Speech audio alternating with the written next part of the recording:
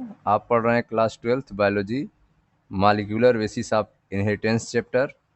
आइए एक नई टॉपिक स्टार्ट करते हैं। आज की टॉपिक होगी रेगुलेशन ऑफ जीन एक्सप्रेशन। तो आइए देखते हैं इसमें रेगुलेशन ऑफ जीन एक्सप्रेशन। ध्यान समझिएगा। Regulation of gene expression refer to a very broad term that may occur at various level. तो आप देख रहे हैं कि रेगुलेशन ऑफ जीन एक्सप्रेशन जो है वह एक वेरी ब्रॉड टर्म है। ठीक है, एक वेरी ब्रॉड टर्म है और इसमें कई लेवल्स होते हैं। तो regulation of gene expression refer to a very broad term that may occur at various levels. ठीक है, तो रेगुलेशन ऑफ जीन एक्सप्रेशन एक बहुत व्यापक अर्थ है इसका। ठीक है, जो अलग अलग स्टेप में होता है। Considering that gene expression result in the formation of polypeptide.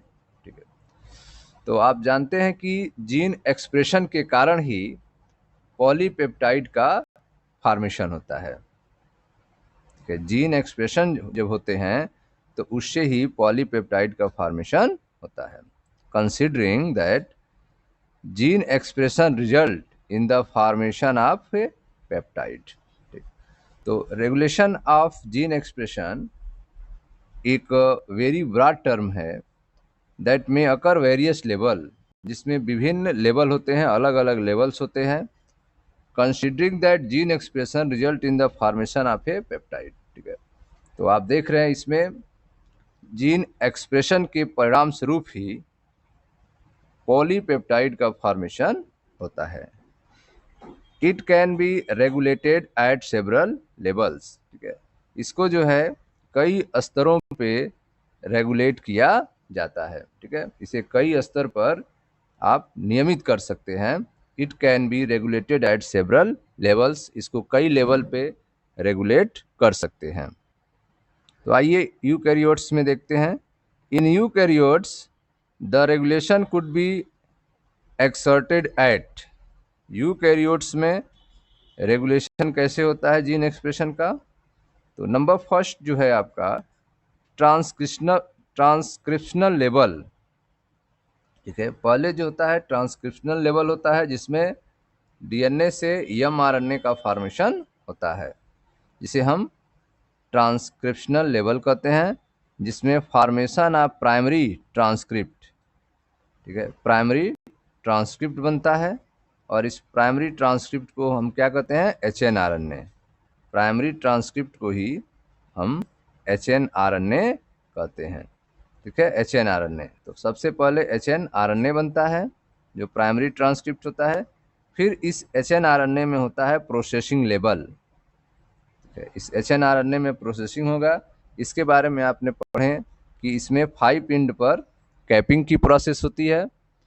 ठीक है, 5 एंड पर कैपिंग की प्रोसेस होती है मिथाइल ग्वानोसिन ट्राइफॉस्फेट के द्वारा, और इसके 3 एंड पे टेलिंग की प्रोसेस होगी, जिसमें 200 से 300 एडनिन्स जो हैं ऐड किए जाते हैं। ठीक है, और उसके बाद आप जानते हैं इसमें एक्सान और इंट्रॉन्स पार्ट होते हैं, और इसमें जो है इंट्रॉन्स को अलग कर दिया जाता है। ठीक है, जो इसमें एक्सान और इंट्रॉन्स होते हैं, तो जो इंट्रॉन्स पार्ट होते हैं उनको अलग कर दिया जाता है। इस प्रोसेस को कहते हैं स्प्लाइसिंग। ठीक है, तो रेगुलेशन ऑफ स्प्लाइसिंग। ठीक है, तो इसमें आपने देखा कि रेगुलेशन ऑफ स्प्लाइसिंग, यूकैरियोट्स में रेगुलेशन जो होते हैं वे 4 स्टेप में होते हैं। सबसे पहले होता है आपका ट्रांसक्रिप्शनल लेवल, जिसमें आप फॉर्मेशन ऑफ प्राइमरी ट्रांसक्रिप्ट, जिसमें प्राइमरी ट्रांसक्रिप्ट बनता है, जिसे एचएनआरएनए कहते हैं। उसके बाद जो है सेकेंड में उस एचएनआरएनए का होता है processing level, regulation of splicing, और फिर जब इसका प्रोसेसिंग हो जाता है तब यह बन जाता है एमआरएनए, और इस एमआरएनए को भेज दिया जाता है बाहर, transport of mRNA from nucleus to the cytoplasm. अब इस एमआरएनए को, जो कि कंप्लीट हो चुका है, इसको न्यूक्लियस से साइटोप्लाज्म में भेज दिया जाता है। ठीक, फिर आता है आपका ट्रांसलेशनल लेवल। ट्रांसलेशनल लेवल, तो इसमें ट्रांसलेशनल लेवल में जो भी mRNA से सूचनाएं आती हैं उस बेस पे जो है पॉलीपेप्टाइड को तैयार किया जाता है।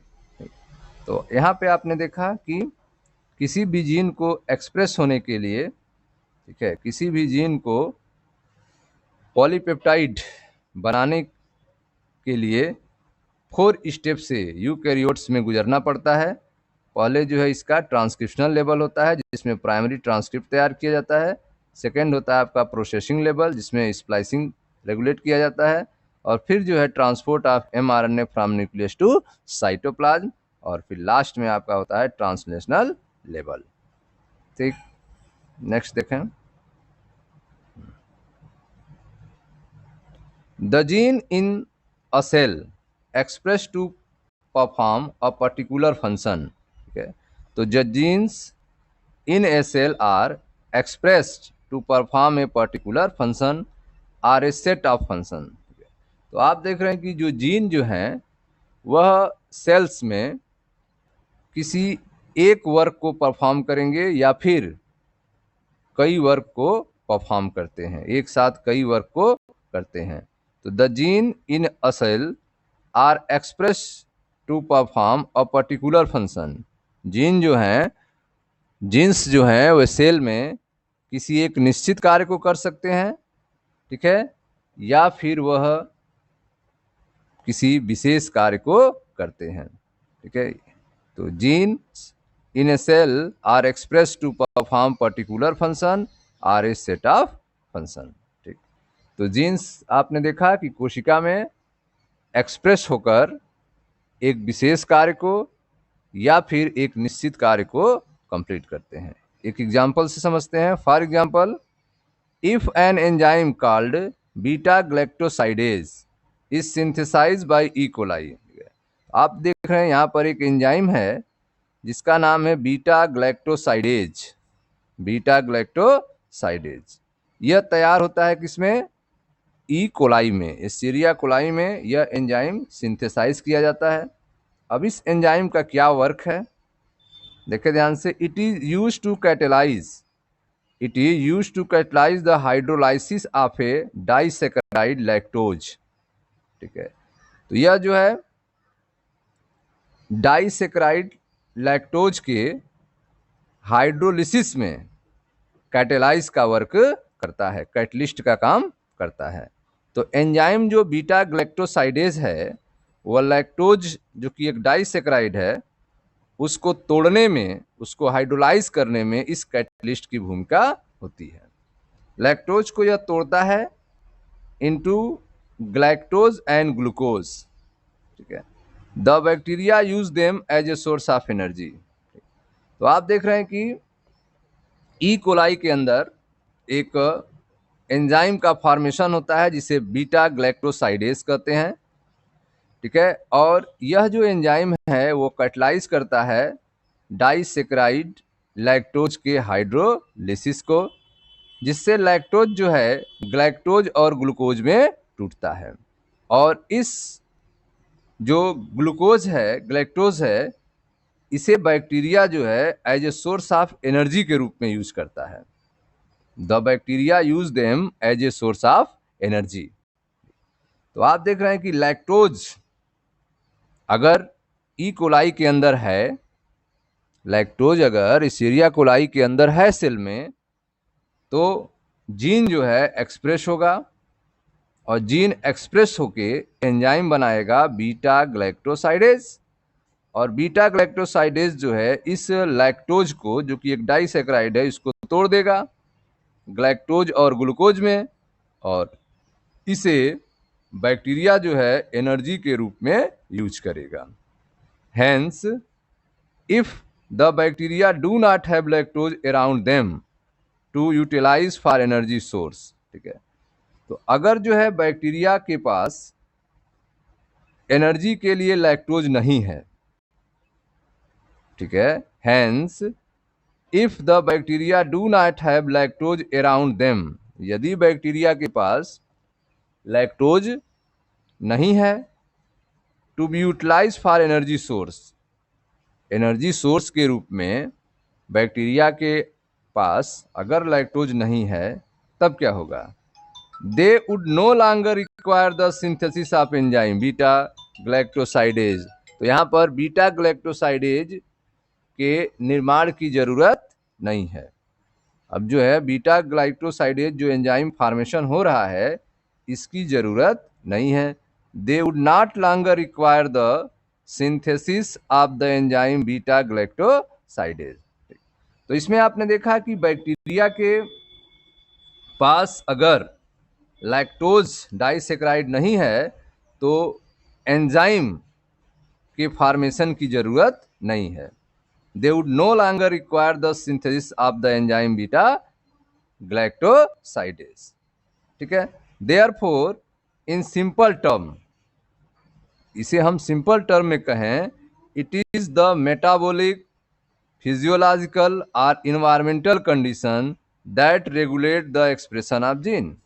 ठीक है। तो यह जो कंडीशन है अगर हम सिंपल टर्म में कहें तो यह क्या है, मेटाबॉलिक कंडीशन है, फिजियोलॉजिकल है, इन्वायरमेंटल कंडीशन है, that regulate the expression of gene, जो जीन के एक्सप्रेशन को रेगुलेट करते हैं कि जीन जो है अपना एक्सप्रेशन देगा, जीन जो है एंजाइम बनवाएगा कि नहीं बनवाएगा, यह डिपेंड करता है, ठीक है, मेटाबॉलिक कंडीशन पे, फिजियोलॉजिकल और इन्वायरमेंटल कंडीशन पे। आपने देखा ई कोलाई में अगर लैक्टोज होगा ई कोलाई के सेल में तभी जो है जीन एक्सप्रेस होगा और एंजाइम का फॉर्मेशन करेगा, बीटा ग्लैक्टोसाइडेज एंजाइम का फॉर्मेशन करेगा। ठीक है। अगर ई कोलाई के सेल में डाइसेक्राइड लैक्टोज नहीं है तो आप देख रहे हैं कि जीन एक्सप्रेस नहीं होगा, जीन जो है एंजाइम का फॉर्मेशन नहीं करेगा, एंजाइम के फॉर्मेशन की जरूरत नहीं है। तो जीन का एक्सप्रेस होना, ठीक है, जीन का एक्सप्रेस होना जो है वह मेटाबॉलिक, फिजियोलॉजिकल और इन्वायरमेंटल कंडीशन के थ्रू रेगुलेट होती है। आगे देखें ध्यान से। The development and differentiation of embryo into adult organism are also result of the coordinated regulation of expression of several sets of gene। ठीक है। तो आप देख रहे हैं कि एम्ब्रियो से एडल्ट में बदलना, ठीक है, differentiation of embryo into adult organism. ठीक है। तो जो डेवलपमेंट हो रहा है, एम्ब्रियो से एडल्ट में ऑर्गेनिज्म बदल रहा है, तो यह जो घटनाएं हैं वह regulation of expression of several sets of gene की वजह से है। अलग अलग टाइम पे अलग अलग जीन जो हैं एक्सप्रेस हो रहे हैं, जिसकी वजह से एम्ब्रियो जो है डेवलप करके एडल्ट में बदल रहा है। ठीक। तो the development and differentiation of embryo into adult organism are also result of the coordinated regulation of expression of several set of genes।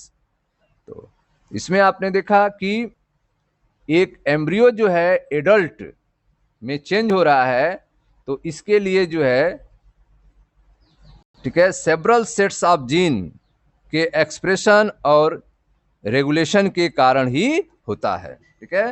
तो जीन जो कि रेगुलेट और एक्सप्रेस होते हैं, जिसकी वजह से एक एम्ब्रियो जो है एडल्ट ऑर्गेनिज्म में चेंज होता है।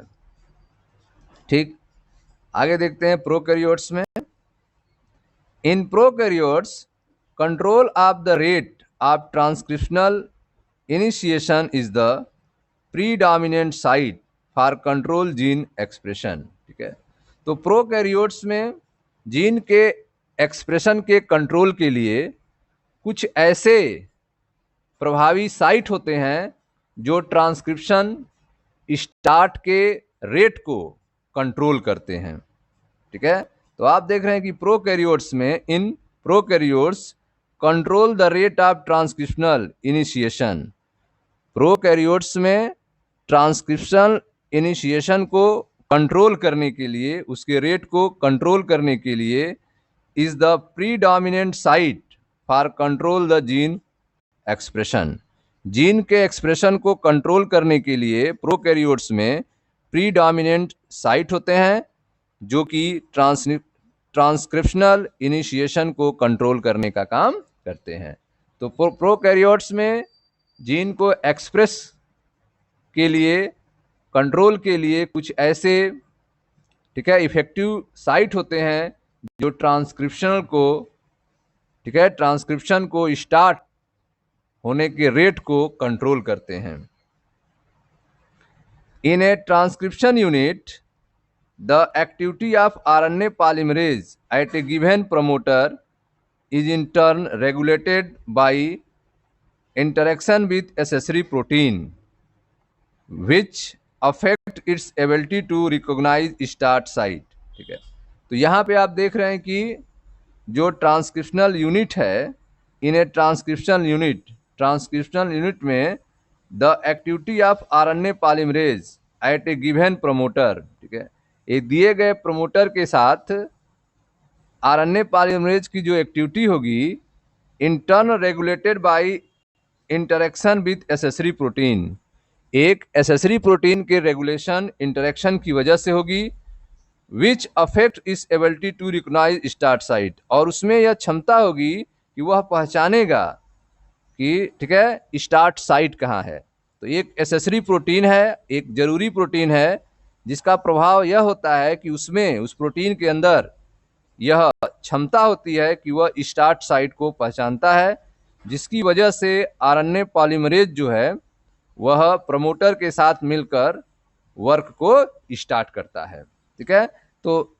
In a transcription unit the activity of RNA polymerase at a given promoter, ठीक है, किसी दिए हुए प्रमोटर के साथ आरएनए पॉलीमरेज की जो एक्टिविटी होगी, ठीक है, in A turn regulate bye interaction, ठीक है, विथ एसेसरी प्रोटीन, उसका रेगुलेशन जो होगा, इंटरेक्शन जो होगा एक एसेसरी प्रोटीन के रूप में होगी, which affects its ability to recognise start site, जो स्टार्ट साइट को पहचान करने में, रिकॉग्नाइज करने में प्रभावित होगा, उसका हेल्प करेगा। अब यह जो प्रोटीन है जो हेल्प कर रहे हैं साइट को पहचानने में, उस प्रोटीन की वजह से, ठीक है, पॉलीमरेज जो है प्रमोटर के साथ मिलकर उस प्रोटीन के हेल्प से स्टार्ट साइट को पहचान रहा है। अब यह जो प्रोटीन है वह दो तरह के हो सकते हैं, या तो वह एक्टिवेटर हो या फिर रिप्रेशर हो। ठीक है, या तो वह स्टार्ट करें, या तो वह फास्ट करें, या तो स्लो करें। ठीक, तो आप देख रहे हैं कि जो आपका प्रोकैरियोट्स हैं, प्रोकैरियोट्स में जीन एक्सप्रेशन के कंट्रोल के लिए कुछ ऐसे स्पेशल साइट्स होते हैं जो ट्रांसक्रिप्शन के रेट को कंट्रोल करते हैं, नियमित करते हैं। जो ट्रांसक्रिप्शनल यूनिट हैं उसमें एक जो है, ठीक है, प्रमोटर होता है, उसके साथ जो है एक आरएनए पॉलीमरेज की जो एक्टिविटी है वह एक एक्स्ट्रा प्रोटीन, ठीक है, एक एक्स्ट्रा प्रोटीन के क्रिया द्वारा नियमित होती है, एक एक्स्ट्रा प्रोटीन के क्रिया द्वारा नियमित होगी, जो इनिशिएटर साइट के पहचान में इसे सहयोग देगा। जो स्टार्ट साइट के, जो इनिशिएटर साइट होगा उसके पहचान करने में उसकी मदद करेगा, सहयोग देगा। ठीक है, अब आप देख रहे हैं कि ये जो प्रोटीन है, these regulatory protein can act both positively activator and negatively repressor. ये जो प्रोटीन जो हेल्प कर रहे हैं साइट, स्टार्ट साइट को रिकॉग्नाइज करने में, ये प्रोटीन जो हैं वह दो तरह के हो सकते हैं, ये पॉजिटिवली भी हो सकते हैं, निगेटिव भी हो सकते हैं। These regulatory protein can act both positively activator and negatively refresher. ठीक है, तो यह जो आपके प्रोटीन हैं जो मदद कर रहे हैं प्रमोटर के साथ आरएनए पॉलीमरेज को साइट को पहचानने में, ठीक है, यह प्रोटीन दो तरह के हो सकते हैं, यह एक्टिवेटर भी हो सकते हैं, रिप्रेशर भी हो सकते हैं। ठीक है, तो एक्टिवेटर के रूप में होंगे तो प्रोटीन को हम पॉजिटिवली कहेंगे, और अगर रिप्रेसर के रूप में है तो इसको निगेटिवली कहेंगे। तो दीज रेगुलेटरी प्रोटीन, यह जो रेगुलेटरी प्रोटीन्स हैं, यह कैन एक्ट बोथ, यह दो तरह से वर्क करेंगे। या तो यह पॉजिटिवली होते हैं तब इनको एक्टिवेटर्स कहेंगे, या फिर अगर यह निगेटिवली हैं तो इनको रिप्रेशर कहेंगे।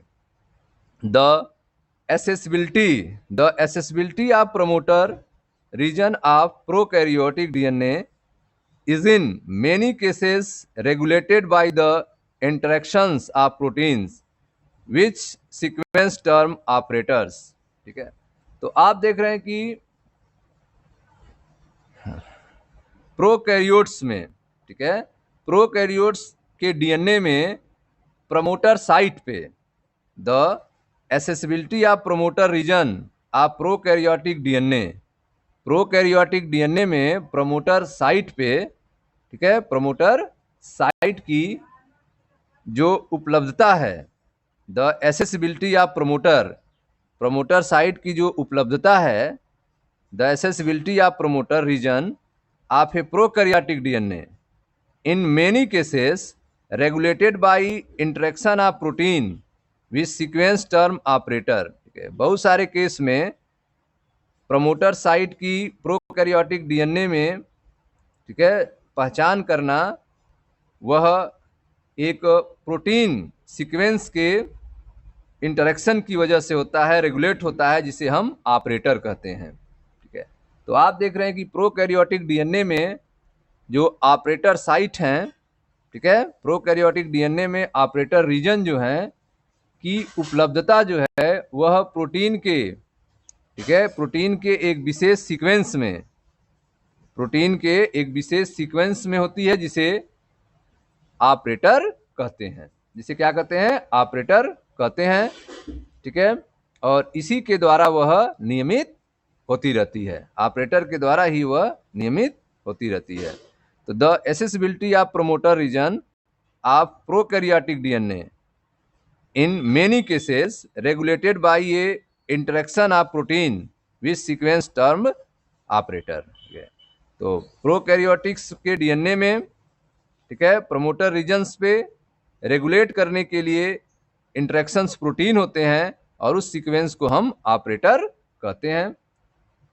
ठीक है, the operator region is adjacent to the promoter element in most operans and in most cases the sequence of the operator bind a repressor protein। ठीक है, तो आप देख रहे हैं कि जो ऑपरेटर रीजन्स हैं, ऑपरेटर्स रीजन्स जो हैं is adjacent to the promoter element, ठीक है, वह प्रमोटर एलिमेंट के नजदीक ही रहते हैं। The operator site is adjacent to the promoter element, operator site जो है प्रमोटर एलिमेंट के नजदीक ही रहते हैं।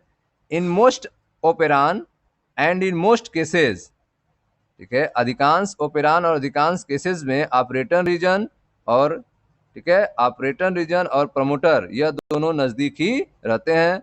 The sequence of the operator bind A repressor protein, ठीक है, ऑपरेटर का जो सीक्वेंस रीजन है वह एक रिप्रेसर प्रोटीन से जुड़ा रहता है। तो अधिकतर ओपेरान में जो है ऑपरेटर साइट जो होते हैं वह प्रमोटर के पास ही स्थित होते हैं, और अधिकतर जो है, अधिकतर स्थिति में ऑपरेटर के अनुक्रम में, ऑपरेटर के सीक्वेंस में रिप्रेसर प्रोटीन जुड़े होते हैं, ऑपरेटर के सीक्वेंस में रिप्रेसर प्रोटीन जुड़े रहते हैं। ठीक है, तो जब तक यह रिप्रेसर प्रोटीन जुड़े रहेंगे तब तक वह ऑपरेटर वर्क नहीं करेगा। जब तक रिप्रेसर प्रोटीन रहेंगे ऑपरेटर वर्क नहीं करेगा। जैसे ही रिप्रेसर प्रोटीन इनएक्टिव होते हैं तुरंत वर्क स्टार्ट हो जाता है, जीन का एक्सप्रेशन स्टार्ट हो जाता है।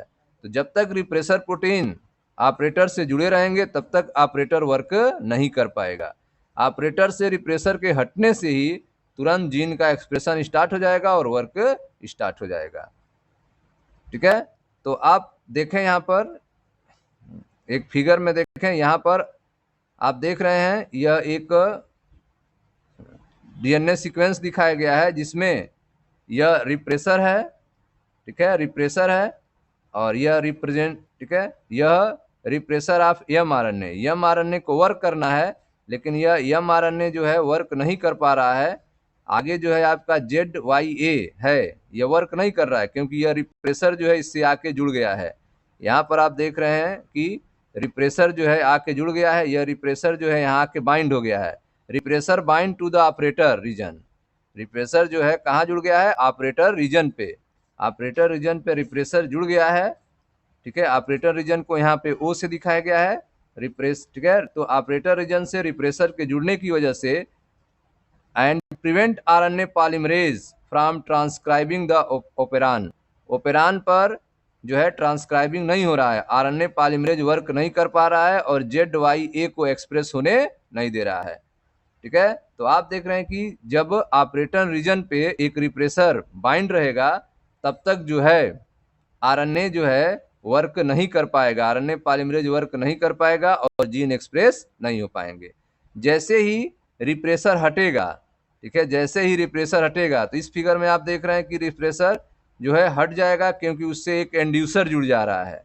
इंड्यूसर के जुड़ते ही रिप्रेसर क्या होगा? इनएक्टिव हो जाएगा। इंड्यूसर के जुड़ते ही रिप्रेसर इनएक्टिव हो जाएगा और इनएक्टिव होने के कारण ऑपरेटर जो है वर्क स्टार्ट कर देगा। ऑपरेटर जो है वर्क स्टार्ट कर देगा और जीन जो होंगे वह एक्सप्रेस हो जाएंगे, ठीक है। तो यहाँ पे जो ZYA जीन है वह एक्सप्रेस हो जाएंगे और अपना वर्क करने लगेंगे, ठीक है। तो जब तक रिप्रेसर से कोई इंड्यूसर नहीं जुड़ता तब तक जो है जीन एक्सप्रेस नहीं होंगे। जैसे ही ऑपरेटर से कोई इंड्यूसर जुड़ता है तुरंत जीन एक्सप्रेस हो जाते हैं और अपना एंजाइम बनाना स्टार्ट कर देते हैं। तो वही बात यहाँ पर समझाई जा रही थी आपको, ठीक है। The accessibility of promoter region of prokaryotic DNA is in many cases regulate by interaction of protein with sequence term operator, ठीक है। The operator region is adjacent to the promoter element in most operon, ठीक है। तो most ऑपरान में operator region जो है वह promoter reason के नज़दीक ही होते हैं। And most case the sequence of the operator bind repressor protein, और अधिकांश केस में जो है ऑपरेटर से एक रिप्रेसर प्रोटीन जुड़ा होता है, ठीक है। ऑपरेटर से एक रिप्रेसर प्रोटीन जुड़ा होता है जिससे आगे वर्क नहीं हो पाता है। Each operon has its specific operator and specific repressor, ठीक है। तो आप देख रहे हैं कि प्रत्येक ओपेरान के लिए एक स्पेसिफिक ऑपरेटर होता है और स्पेसिफिक रिप्रेसर होता है। Each operon has its specific operator and specific repressor. For example, lac operon is present only in lac operon, ठीक है। लैक ओपेरान, तो आप देख रहे हैं लैक ऑपरेटर जो है, लैक ऑपरेटर, ठीक है। तो लैक ऑपरेटर जो है is present only in lac operon. Lac operator जो है लैक ओपेरान में ही उपस्थित होता है। And it interact specially with lac repressor only, और इसका इंटरेक्शन जो है वह लैक रिप्रेसर से ही होगा। And interact specially with lac repressor only, ठीक है। तो लैक ऑपरेटर जो है वह लैक ओपेरान में उपस्थित होता है। लैक मतलब यहाँ पर लैक्टोज से है, ठीक है। तो lac operator is present only in lac operon. Lac operon में ही लैक ऑपरेटर होता है। And it interact specially with lac repressor only, और यह, ठीक है, लैक रिप्रेसर से ही इंटरेक्ट करता है। यह जो है लैक रिप्रेसर से ही इंटरेक्ट करता है, ठीक है। तो अगर हमें लैक ओपेरान मॉडल जो है इस आधार पे समझना हो तो आप देखें ध्यान से, इसको आप समझ लें। यहाँ इस फिगर में आप देख रहे हैं कि यह है इन अब्सेंस ऑफ इंड्यूसर। यहाँ पे इंड्यूसर नहीं है, ठीक है। इंड्यूसर न होने की वजह से ध्यान दें, यहाँ पर एक सीक्वेंस दिया गया है, ठीक है, जो रिप्रेसर ऑफ mRNA, ठीक है, रिप्रेसर अपना वर्क करेगा आगे। तो यहाँ पे ऑपरेटर से एक रिप्रेसर जुड़ा हुआ है, यहाँ O ऑपरेटर है, यहाँ पर आप देख रहे हैं एक रिप्रेसर जुड़ा हुआ है जिससे आगे के जीन जो है एक्सप्रेस नहीं हो पा रहे हैं, ठीक है। यह क्यों हो रहा है? क्योंकि यहाँ पर इंड्यूसर नहीं है, इन absence of inducer.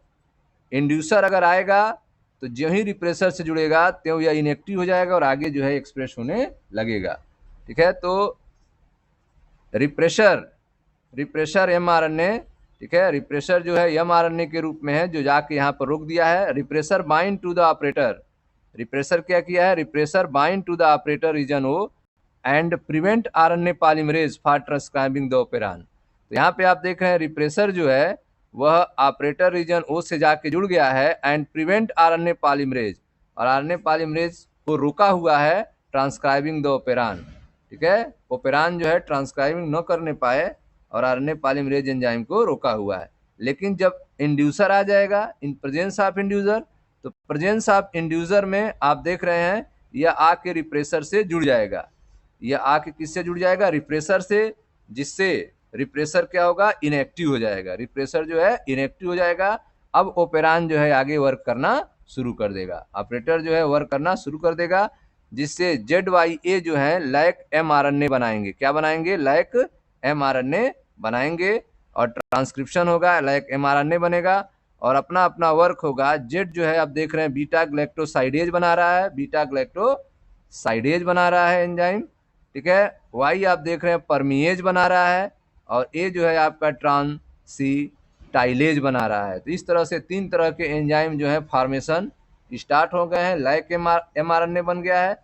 Like mRNA क्यों बना है, तो यह इंड्यूसर के जुड़ने की वजह से, रिप्रेशर से जो ही इंड्यूसर जुड़ा है तुरंत यह इनएक्टिव हो गया है और आगे जो है जीन एक्सप्रेस होना शुरू हो गए हैं। तो जब तक जो है इंड्यूसर नहीं जुड़ा रहेगा तब तक जो है जीन आगे एक्सप्रेस नहीं होंगे, और जीन आगे एक्सप्रेस नहीं होंगे तो एंजाइम नहीं बनेगा। ठीक है स्टूडेंट्स, तो ये थे आपके जीन एक्सप्रेशन और रेगुलेशन के बारे में। मिलते हैं नेक्स्ट वीडियो में जहाँ पर हम लोग चर्चा करेंगे लैक ओपेरॉन के बारे में। Thank you.